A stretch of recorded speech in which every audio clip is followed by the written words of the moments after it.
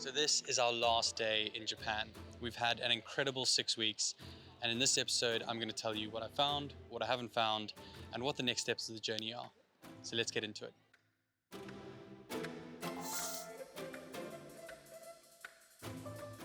We have traveled to a number of different places during our 6 weeks.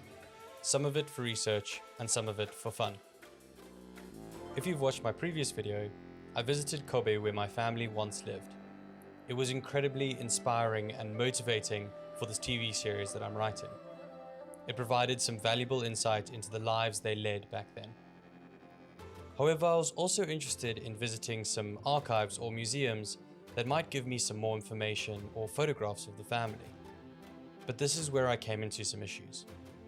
Firstly, two of the places I wish to visit, the Kobe Archives and the NYK Maritime Museum, are both currently closed as they are in the process of relocating their documents.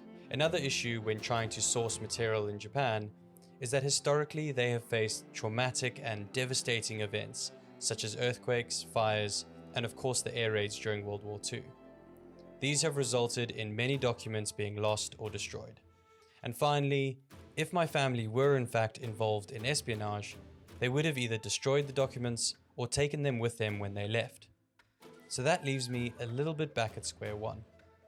But during my research, I discovered that some of the family settled in Australia after the war. And the National Library of Australia in Canberra actually has files called the James Papers, which seems to have a load of documents, pictures, and information about the family.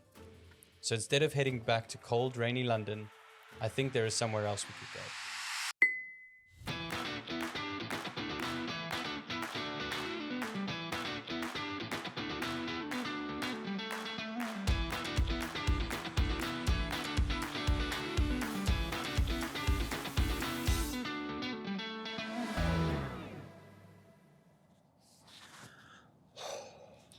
That was a long 2 days.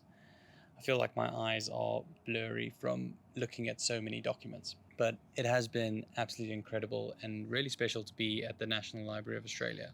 Now, as I've mentioned before, going into this, I assumed it was going to be really hard to find any documents, and I wasn't expecting to find anything that was matter of fact, giving me all the details and information that I needed or believed to be true. However, I have found some really awesome stuff, and I'll put them into 3 categories. Firstly are the photographs, whether that be of family members or of Kobe in that time period. It has really helped me to put faces to names and get a better understanding of what that world looked like. Second are the first-hand accounts, letters and writings from family members. This has given me an unbelievable insight into their lives, how they thought, how they communicated, and how they interacted with each other. And finally, despite my previous assumptions, I think I found some cold hard proof that they were spies. A sentence lifted from Ernest's CV cover letter, the one who owned the house in Kobe. I worked with our intelligence department, and it was because of this service, given gratis, which was most valuable, that I received an OBE. Well, that feels pretty conclusive to me. Now, I've scanned and photographed a lot of documents, which I'm still yet to sit down and read, so hopefully I'll discover even more. Thanks for watching. Please subscribe if you're enjoying following along, because I've got many more to come. See you in the next episode.